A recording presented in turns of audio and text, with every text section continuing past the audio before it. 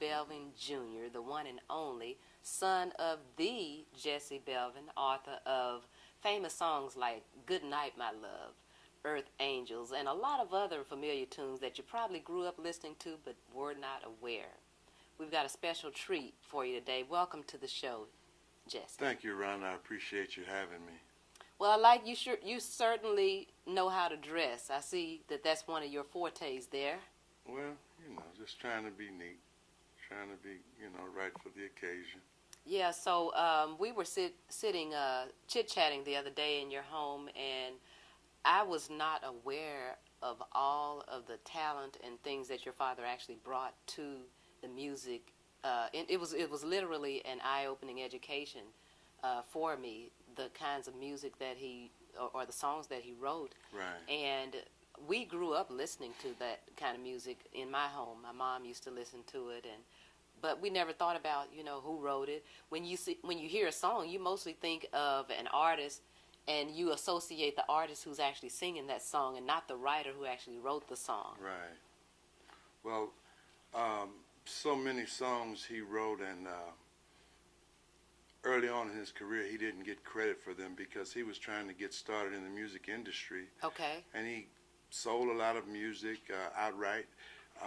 He gave a lot of music away to friends that were also trying to make it in the business. Okay. And for instance, Earth Angel, few people knew that he wrote Earth Angel because he didn't actually sing it. Right. The Penguins sang it. Right, and that's a very popular song. Right, very, very popular song. In fact, it's listed as one of the first crossover songs that attracted both the black and the white audience. Okay. So it's a very big song. It's also been used in several motion pictures. Right. Well, we're going to talk a little bit more about that when we come back, but first we're going to take a break. Okay. Good to have you. Thank you. 4, 3, 2. Welcome back. I'm talking with Jesse Belvin Jr., son of the Jesse Belvin, author of Earth Angel. Mr. Belvin, tell us, for those who don't know, who was Jesse Belvin? Well, my father was a R&B singer. I hate to put him in the category of only singing one kind of song because he was also recognized as the doo-wop king out of the greater Los Angeles area. But he, along with my mother, lost their lives in an automobile accident right at the beginning of his career, as soon as he had just signed a major contract with a major label. Okay. And after completing that album, which is known now as a collector's item, Mr. Easy, he and my mom were on tour promoting the album, and they had an automobile accident, and they lost their lives. Tell us how he was discovered. Well, he was discovered, first of all, he was singing all over Los Angeles and the outskirts. Anyone that had anything to do with music at the time, he was right there with them, actually performing music. But I think he first got his most recognition because he was the lead singer for the Big J McNeely band. Wow. When he was a minor, he was 16 years old. I remember my grandmother having to sign for him to actually be able to be a part of that band because they were a traveling band. So he started young. Yes, very young. He actually started in the church. My grandmother was a church pianist extraordinaire, and that's where the music came from in all of us. She almost insisted. Well, you mentioned to me about him, he would just write songs and give them away. Talk about that for a moment. Well, he wrote songs at the drop of a hat. Bumps Blackwell, who was a very, very well-known producer at the time, I remember reading a quote from him where he said Jesse Belvin could compose hit records and snatch them right out of the air. So that's what he was famous for. I remember once my grandmother sent him to the store to get a half a gallon of milk. Yeah. The store was right on the corner. Okay. And you know how the half a gallon of milk has 4 sides. By the time he came home, which was just a few minutes, he had actually written 4 songs on the bag. Just like that. Just like that. And not only that, ran to Hollywood and turned them into money just like that. That's talent. So, that's what he did. Yeah. Now talk about the groups of people that he would perform with. Well, he sang with several groups. Like I said, he was well known for his harmony and his arranging of harmonies. And so when the doo-wop era started taking off, he was very well known for actually building doo-wop groups and running to Hollywood, getting them signed, and running back to his neighborhood, building more. He sung with the Turks. He sung with the Clicks. He sang with so many groups, and then there's so many things that he was a part of that it's not known that it was him, because he was caught up in different contracts where he wasn't supposed to be over here singing. So he'd be on this label as Jesse Belvin, and he might be James Jesse over here. So he loved label. music so, that yeah, much. he did what he had to do at the time. I got you. Yeah. Now, you mentioned earlier about your parents being killed in an automobile accident. Yes. You were very, very young at that time. Yes, so I was 4 years old when tell me how that affected you. Well, when I reflect back on how it affected me, I guess it had different phases of how it affected me depending on, the age I was. Gotcha. I guess first of all, the most devastating effect was one day me waking up to a house full of people, most of them strangers, but all of the adults in the house crying, and me not understanding what's wrong, but not really giving it much thought or concern, because I knew that soon my parents would be home and they'd make it all make sense. Right. But of course they never came home. Yeah, you're just a little boy at that time. Yes, I was just a little boy at that time.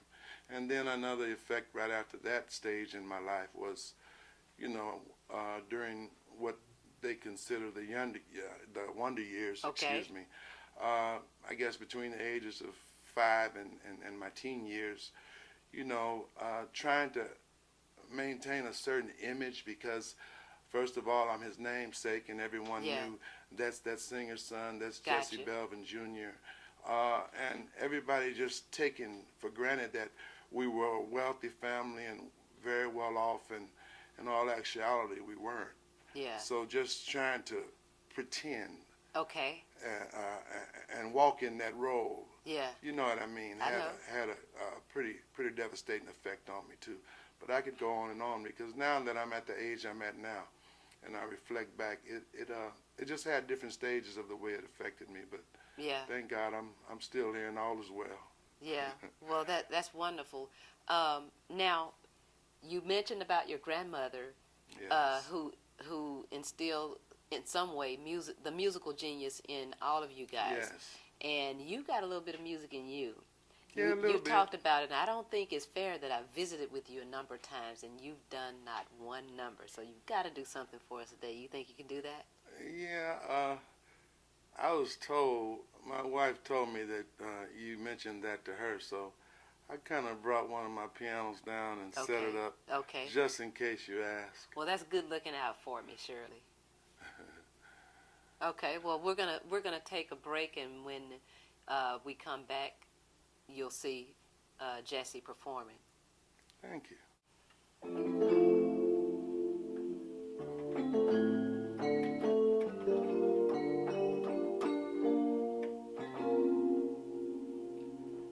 It was easy for me, girl, to run around, because I thought you'd never put me down.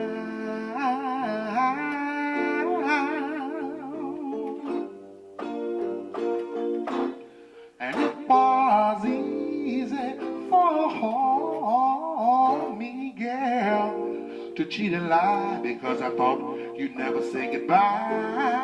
Don't say bye. Oh, girl, but now that you're gone and I'm all alone, I tell you it gets so lonely, it's lonely, it's lonely. Also, oh girl, I feel so sad, 'cause I treated you so doggone bad, and you were the best thing I've of had.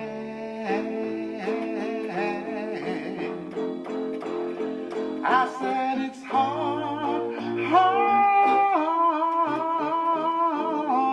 living without you. My days are dark as night. I said it's hard, so hard living without you. Come on, and I swear I'll make things right. I'll make it easy.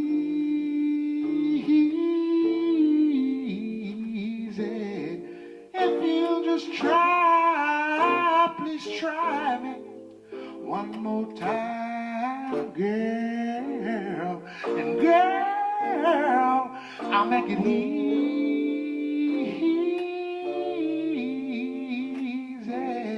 Just come on back home and say you'll be mine, oh my girl. I'll make it last.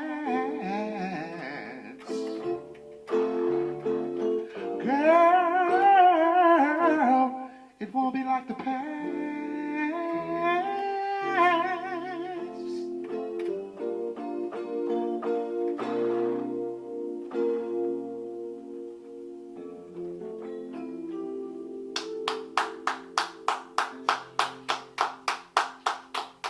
Thank you. Welcome back. We are, if you just tuned in the home of Jesse Belvin Jr., son of the Jesse Belvin himself, author of Earth Angel. And I hear they call you Mr. Golden Voice. You just did a number for us, and that was awesome. Yes, a few of my fans somehow began calling me that, and I'm honest enough to tell you that I kind of liked it. So Not a modest yeah, voice. we kind of ran with it, but Yeah. it's just I'm so grateful for those that appreciate my music, because after coming from my father and listening to his music, Yeah. it's like, you know what I mean? It's like, Yeah. personally, he had a hard act to follow is all I can say. Well, I know you could have easily followed in his footsteps, but yet you chose not to. Well, it wasn't really a choice. Mm-hmm.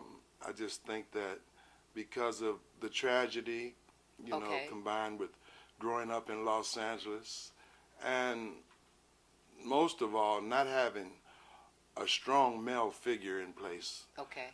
as far as my guidance was concerned. Okay. You know what I mean? I Yeah. think I can almost think it's pretty safe to say that in growing up, the only man that I really had any respect for was my father, and it was Okay. because of his level of success. I see. And there wasn't a lot of successful men in my immediate, surroundings. So, it just was one of those things. Before I knew it, music. I had so much music in me until it came so easy. Like, Yeah. I've never had any piano lessons or Wow. any kind of voice lessons. It just was, I inherited genetically. So it came so easy to me until I didn't realize that I really had a gift. Okay. I was a kid, and Right. it was just something else that I thought I did well. Well, you certainly have. If you look at, I went out to your YouTube page where you've got all your videos, and I was like, wow, is that him? That Yes. really is him. And Yes. so that was my actual first time seeing you Really? perform live. Okay. And so I'll be looking forward to seeing more of you performing and, Oh, yeah. concerts and things like that. Me too. Now, let's segue over into, you talked about growing up in California. Yeah. And what was it like growing up in California? I know you did some music and stuff there. Oh yeah, I sang with several groups, and like my dad, I have a very good ear for arranging harmonies. Okay. And I'm able to, put several voices together, Mm-hmm. whether it be a choir or chorus or, just a quartet or even duet. I Okay. just without an instrument present, I'm able to arrange harmonies, and I just have a lot of music in me, and I always have loved the challenge of harmony Mhm. because Yeah. I try to not do just the basic barbershop harmonies that everyone does. I try I to do see. harmonies where if another singer is listening, Mhm. I want that singer to actually say, "How did they do that?" Right, So right. And you don't see a lot of that in music. I know we've got a lot of computer generated stuff, and exactly, exactly. I can remember growing up forming what I called a band called Daddy's Girls. You know, everybody wanted to have a band Right, back right. then. Little did they know the work that goes into it. Oh But you know, as yes, oh kids, you yes. dream, and everybody wanted to be successful, whether it was an Famous, athlete, yeah, a yes. movie star, you know, that sort Exactly, of thing. And so you saw a exactly. lot of bands, and a lot of people didn't make it. That's right. You know, That's right. talk about some of the bands that you've had. Well, like I said, I had several singing groups. I also sang with Barbara Streisand at her Hmm. Timeless tour Wow. uh, the, at the Staples Center in Los Angeles. Okay. I did several shows with the Doo Wop Show. They Okay. would always contact me and hire me to come and do a song or two. Hmm. Uh, Mostly, of course, my father's material. And they'd have me sing Goodnight My Love to close their shows. Wow. I did a lot of work with Don Julian of the Larks and the Meadow Yeah. Larks. Wow. He was a dear friend of my father's who Hmm. actually would come and get me, and we'd try to work on writing songs together. And Hmm. he was still one person that was always active and performing. He always had a show to do. He was well Right. known for that doo-wop era, and he was always more than happy to come and get me and take me and hire me. Wow. And now you brought some memorabilia Oh to share yes, I with did. I us. sure did. I brought some things out of my memorabilia room. Most of my father's, some of his awards and certificates. This here Okay. is a citation of achievement presented to him by BMI uh, for Earth Angel in Wow. recognition of the great national popularity as measured by over 2 million broadcasted performances. Wow. So I was very happy That's an to get achievement, that. yeah. Oh yes, I'm sure you're proud of this one. oh, most proud of it. And this one, this next one that I want to share with you, this is of course where he was nominated for a Grammy for his song Guess Who, that he actually sang, a Okay. song that was written by my mother. This song was Wow. actually a letter that my Hmm. mother sent to my father when he was doing his tour in the service. Okay. And the next time she seen her letter, of course, it was in the form of a song. And that song was nominated for a Grammy in 1959. And that was just a personal letter that was A turned personal into a letter song. that she wrote him that Okay. he put music to. Wow. This was an award given to him. A tribute was given to him by his high school, his alma mater, which was Jefferson High School in Los Angeles. And his class gave him this tribute. And of course, they had me come and sing at that. And I just love what it says. It says, "Do not follow where the path leads. Rather, go where there is no path and leave a trail." Hey. And like it that. says, "A tribute to Jesse Belvin, innovator, pioneer, trailblazer of early rhythm and blues." Wow. So those are just a couple of things. This is a flyer from one of the things that I was doing in California. One of my gospel singing groups I had built called the Sons of Salvation. Okay. We sung all over California in the Bay Area. This is, of course, a group that my wife was a part of, a woman singing group. Okay. And they were God's anointed angels. And, of course, we had most fun singing praises unto God. Oh, wow. I'm Yes. sure you did. Oh, yes, we did. And I also brought here to share some of my father's albums that, of course, were very big albums. Just Jesse Belvin, Uh-huh. that was on RCA. Right. An album called But Not Forgotten. Very big album. Okay. that. Most of the stuff on this album was done by the Clicks, which was a duet. My father and Eugene Church. Of course, Eugene Church was famous for his hit song "Pretty Girls Everywhere." Okay. Some of you might be old enough to remember that one. And here, the unforgettable Jesse Belvin. And this is just a few that I put in these frames because they were in album form. And of course, you know how long it's been since we've had albums. And I was trying to somehow preserve them. But of course, there are several CDs in the stores as we speak that have been released and re-released with his music on it. This is a book that was done by a very famous disc jockey from Los Angeles named Tom Reed. Okay. The name of this book is The Black Music History of Los Angeles, Its Roots. And it says it's a classical pictorial history of black music in Los Angeles from the 1920s to the 1970s. And this is one of my favorite pieces of memorabilia that I have regarding my father, because in that book, Marty Page, who was a famous producer, arranger at that time, was working with Nat King Cole at the time that RCA signed my father.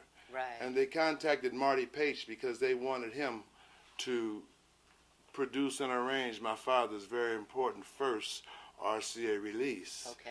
Which he honored them and went over there and worked with my dad. And they have it in the book as a historical quote, but he talks about how, you know, everybody was excited about my father signing with RCA, everybody at RCA. Okay. Because Nat King Cole was over at Capitol Records. And the way it was worded in the book that just made me almost blush, it said that when RCA signed Jesse Belvin, they knew they had found the answer to Capitol and Cole. Wow.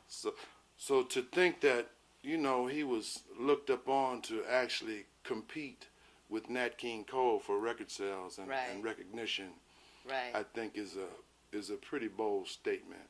Now, you also told me about prior to his death, he was right up there with Elvis Presley as far as having contracts and things. He would have gotten to do movies and things like that before his life ended. Right. Well, the thing was, he had been, you know, screwed around by so many of the smaller companies. Okay. And they had him entangled in different contracts that he couldn't get out of. Okay. Until when RCA became aware of him. By this time, my mother, of course, who was his manager at the time, I guess, you know, looking at it from the way I know his history, it's almost like she was the only one he could trust by this time. Right. And she had read and went over so many contracts where everyone involved made money except him, until when she sat in the meeting with him at RCA when they were about to sign him, she wanted to see. They you know how they say timing is everything. Timing is. They happened to have had a young kid there that they had just signed by the name of Elvis. Okay. And my mother was wise enough to ask them, or almost pretty much demand, to see Elvis' contract. Okay. And because she seen how well they were doing by him. Okay. And by the time the smoke cleared, my father's contract entailed LPs and motion pictures. Wow. So he was really... we would have seen him on the big screen had he lived. Exactly. Wonderful. Well, we're going to take another break, and you certainly shared some enlightening information with us, and we'll talk some more when we come back. Sure. Jesse, you know, the public doesn't have firsthand knowledge about the dark side of the music industry. And, of course, it's not their job. They just want to be entertained. Right. You have firsthand experience with some of that dark side. Do you care to share as much of that as you want to? Well, you know, I'm more than happy to share, because I'm in agreement with you that they only see one side of it. And, I mean... But it has really been a tug of war me regaining the rights to a lot of his music. I thank God that my mother was wise in her early age. My parents were young when they lost their lives in that car. Mm-hmm. My father was 27 and my mother was 25 years old. Right. I was 4 years old. My brother was 18 months old. Okay. So I really thank God that my mother was wise far beyond her years, because already she had begun putting songs in me and my brother's name, Yeah.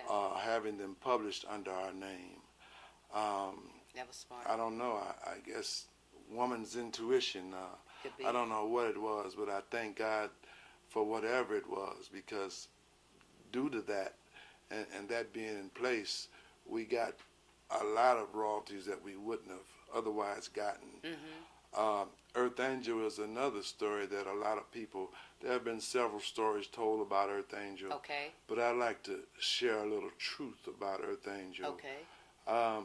My father wrote Earth Angel, and Earth Angel was one of several songs that was in the piano stool at my grandmother's house when my father was drafted into the service.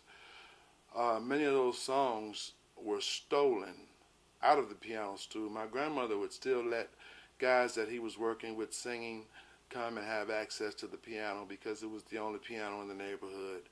And she didn't give it much thought. She surely didn't think there could be any harm done. Of course. Well, they stole several of my dad's songs and, of course, claimed ownership. But Earth Angel happened to be one of the songs that really did well.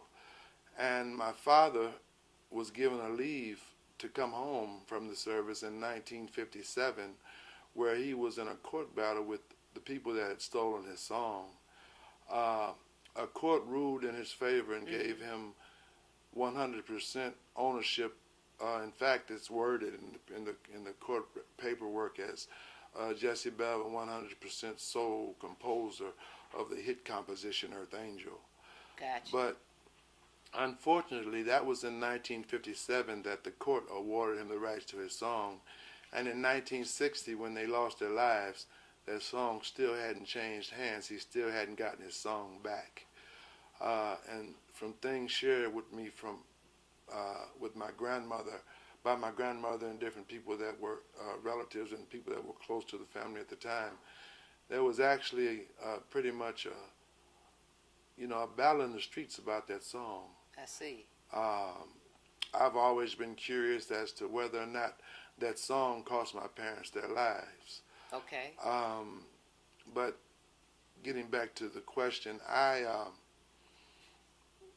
went back into a court in the 1990s after I got my hands on the paperwork from my father's court hearing.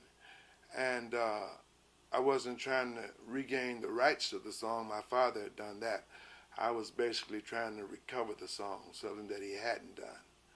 And a court ruled in my favor, my brother and I regained the rights to the song in the 1990s. Okay. And there's still some ongoing litigation about the song, so I won't go, in any great detail, but I will say Understood. that it is back in the family estate. Good.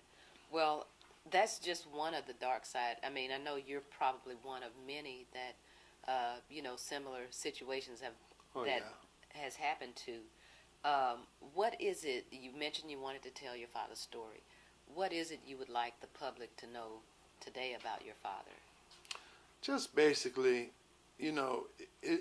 it's important to me, and the reason I've began my personal campaign online trying to just enlighten the public about his works, because I took for granted, because I know how great he was, that everyone knew. And I've gotten so many questions from people now regarding who my father was and what was some of his music and what it was that he actually done in the music industry. It's just important to me that they know who he was and what he did. And when conversations arise about the best that ever done it, Yeah. I think that his name should be mentioned. Considering his body of work Right.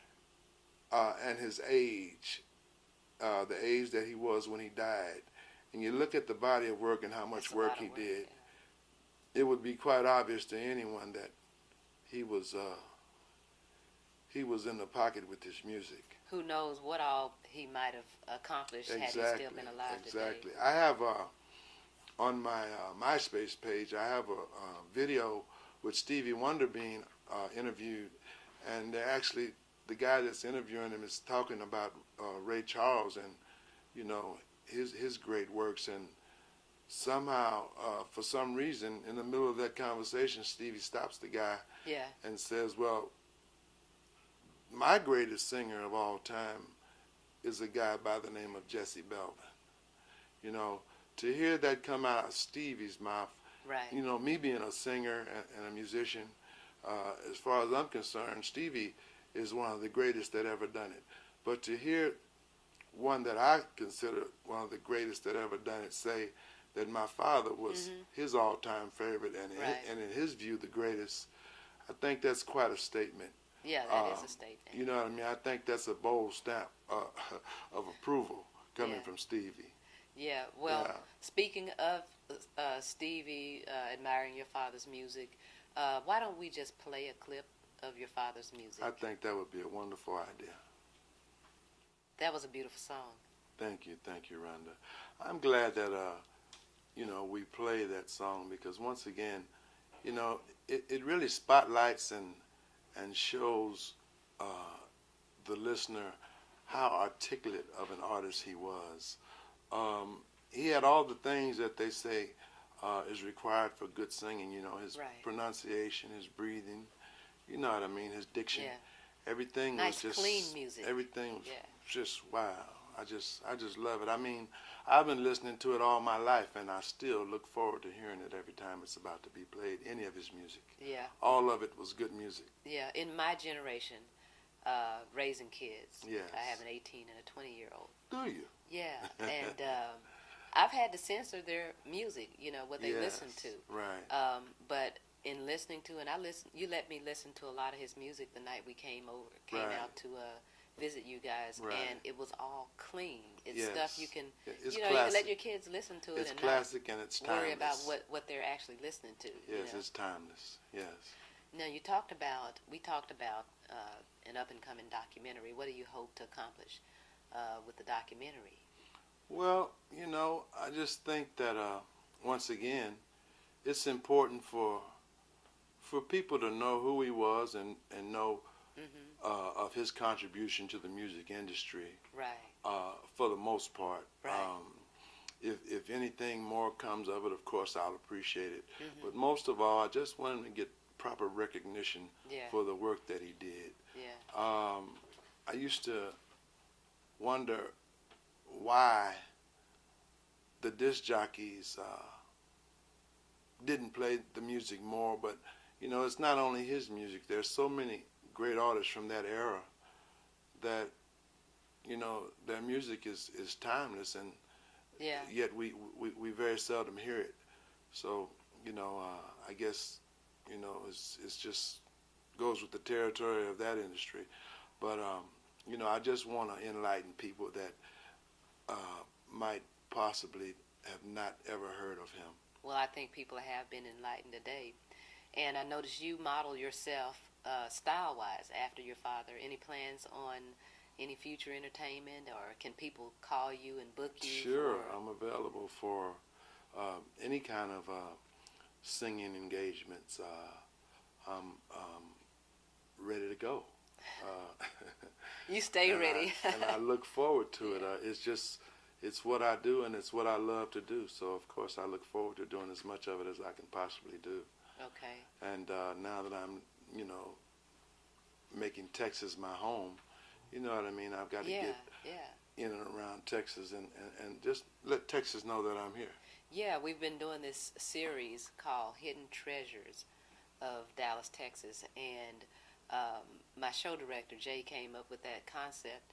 And you certainly fall into the I category was of going to one of ask you, Dallas's. can I be one? You certainly are already one of Dallas's hidden treasures Thank because you. you're right here in Thank you. our backyard, Mr. Thank you. Jesse Belvin Jr. himself. I'm excited about being one of Dallas's hidden treasures. Well, thank you for being on the show. It certainly was a treat to have you here. We'll have to do this again sometime. We'll have to. Most definitely. By the way, I just want to get this in before we forget. People can actually find you on the website Yes. by just doing a Google search for Yes. Jesse, Jesse Belvin, and they will find all of the websites and resources related to Jesse Belvin, including the original Jesse Belvin website. That's right. The official That's right. Jesse the official. That's Belvin right. website. That's right. You know, there's only one official That's Jesse right. Belvin. That's you right. know. And I look forward to all of you stopping by and spending some time with me in this music. Yeah, go check his website out. You'll definitely be entertained and enlightened. Thank you. And thank you for having me.